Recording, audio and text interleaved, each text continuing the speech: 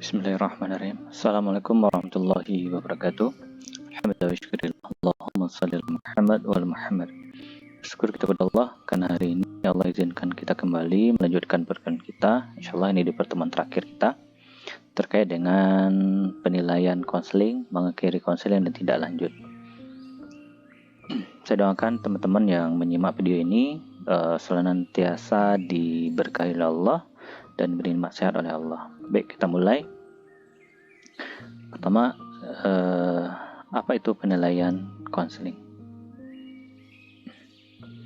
Nah, penilaian konseling itu adalah konselor menilai keberhasilan dan tujuan konseling yang dilakukan telah tercapai atau tidaknya.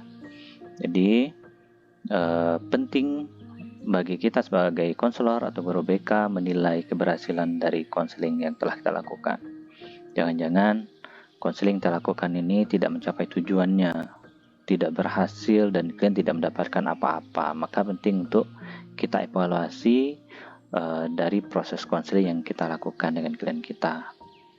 Nah, tujuannya apa? Pertama, konselor melihat efektivitas dan efisiensi proses konseling. Efektif enggak proses konselingnya? Efisien enggak proses konseling kita lakukan? Yang kedua, konselor itu menilai teknik yang digunakan. Teknik-teknik yang kita gunakan apakah sudah mampu menyelesaikan atau membantu masalah klien. Yang ketiga, klien apakah masalahnya bisa diselesaikannya atau tidak. Jadi kita cross check. Jangan-jangan setelah kita mau mengakhiri konseling ternyata klien tidak mampu menyelesaikan masalahnya dengan semua apa yang telah dibicarakan dalam sesi konseling. Maka penting ya penilaian itu. Nah, bentuk penilaian itu ada dua, ada penilaian hasil, ada penilaian proses. Nah, penilaian hasil ini adalah penilaian segera setelah sesi konseling dilakukan. Nanti kita akan bahas juga tentang jenis-jenis penilaian. Nah, penilaian hasil ini yang dia banyak ya, tapi saya lebih suka memakai yang 3 ini. Ini udah disadur dengan bahasa Indonesia. Aslinya ada UCA, Understanding, Comfort, and Action ya. Nah, yang perlu kita lihat dari konseling kita adalah pengetahuan baru klien. Ada nggak pengetahuan baru klien? Jangan-jangan klien setelah konseling tidak ada pengetahuan barunya. Nah, itu menunjukkan bahwa proses konseling kita itu gagal, tidak berhasil. Yang kedua, bagaimana perasaan klien? Apakah dia sudah merasa bahagia, sudah merasa plong, lega? Kalau klien menyatakan bahwa tambah rusuh perasaannya, maka bisa dipastikan bahwa konseling kita ini ada yang salah. Kemudian, apa yang akan dilakukan klien? Nah, ini penting untuk di cross check. Jangan-jangan setelah konseling klien nggak tahu nih mau melakukan apa. Nah, minimal dari 3 indikator ini ketika kita cross check dari proses konseling, maka penting kita lihat dari proses ini. Kalau klien mendapatkan sesuatu yang baru, perasaannya semakin lega dan klien tahu apa yang dilakukan, maka bisa dipastikan bahwa proses konseling kita itu punya indikasi bahwa itu berhasil. Nah, sebelum klien tentunya melakukan apa-apa yang telah disepakati dalam konseling. Maka yang kedua adalah penilaian proses. Nah, penilaian proses ini mengamati perilaku klien mulai dari awal sampai akhir konseling.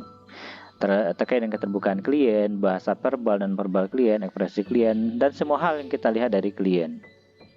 Jadi penilaian proses ini dimulai dari awal, kalau penilaian hasil di akhir.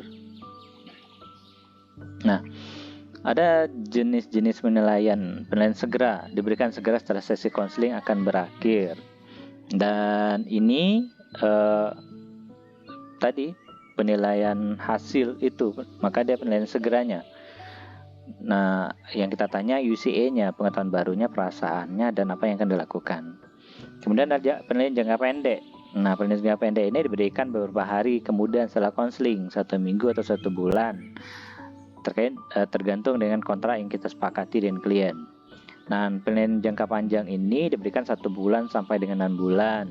Dan ini jarang-jarang dilakukan konselor, kecuali misalnya saya pernah konseling dengan si A, kemudian suatu saat saya kembali ketemu dengan si A, kemudian saya tanya gimana masalahnya. Nah, itu sudah menunjukkan bahwa kita juga melakukan penilaian jangka panjang.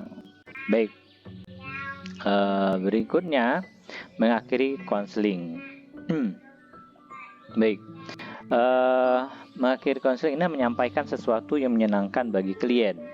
mendoakan keberhasilan klien, dan mendorong klien untuk melakukan semua kesepakatan konseling segera setelah sesi konseling berakhir. Nah, kita lihat bagaimana apa yang perlu kita perhatikan dalam mengakhiri konseling ini. Karena kegiatan mengakhiri konseling pada dasarnya adalah seni masing-masing konselor, jadi tidak ada standar baku bagaimana caranya ya. Namun yang perlu diperhatikan konselor adalah konselor itu perlu meninggalkan kesan positif terhadap konseling dan pribadi konselor. Jadi jangan sampai klien memandang negatif proses konseling dan menganggap pribadi konselor itu pun negatif. Maka perlu kesan-kesan positif ini. Nah, apa yang perlu dilakukan? Pertama, konselor menegaskan peranan penting klien dalam menyelesaikan masalahnya. Kenapa? Yang bisa menyelesaikan masalah klien itu kliennya, bukan kita. Kita hanya fasilitator. Ini perlu ditekankan ketika mengakhiri konseling. Yang kedua, memberikan dorongan, semangat, dan harapan pada klien.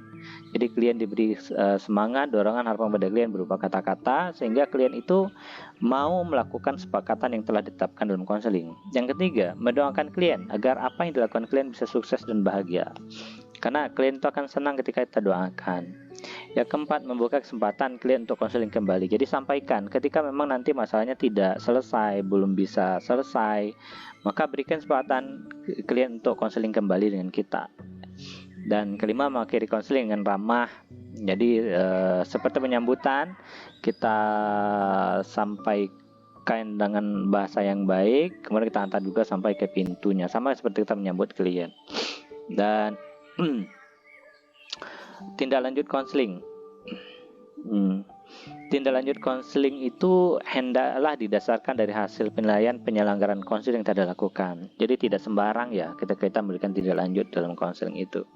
Jadi ya berdasarkan hasil penilaian penyelenggaraan konseling. Dan yang menjadi perhatian itu ketika kita ingin melakukan tindak lanjut, pertama, konseling telah dapat berjalan dengan baik dan telah menghasilkan keputusan yang sesuai dengan masalah yang dialami klien. Kedua, akhir pembicaraan konseling diketahui bahwa masalah yang dialami klien bukan masalah bidang keahlian konselor. Nah, misalnya sakit kepala, ini terkait fisik, maka ini harus ditindaklanjuti dengan referral. Kepada siapa? Kepada dokter. Nah, kemudian yang ketiga, masalah klien adalah bukan wewenang konselor seperti masalah pidana. Dalam ini, konselor dapat segera memutuskan hubungan konseling. Jadi kalau udah masalah pidana, udah nggak usah dikonselingi. Yang keempat, apabila klien enggan untuk melaksanakan keputusan konseling tanpa batas waktu yang jelas. Nah, di kontrak itu nggak jelas dia mau menyelesaikan berapa lama. Nah, ini perlu tindak lanjut dari konseling. Jadi hal ini aja yang perlu diperhatikan dalam proses konseling. Nah, jadi itu ya teman-teman pembahasan kita di materi minggu terakhir ini. Semoga ada manfaatnya. Bagi yang tidak paham silahkan tanyakan di grup Telegram. Banyak maaf. Assalamualaikum warahmatullahi wabarakatuh.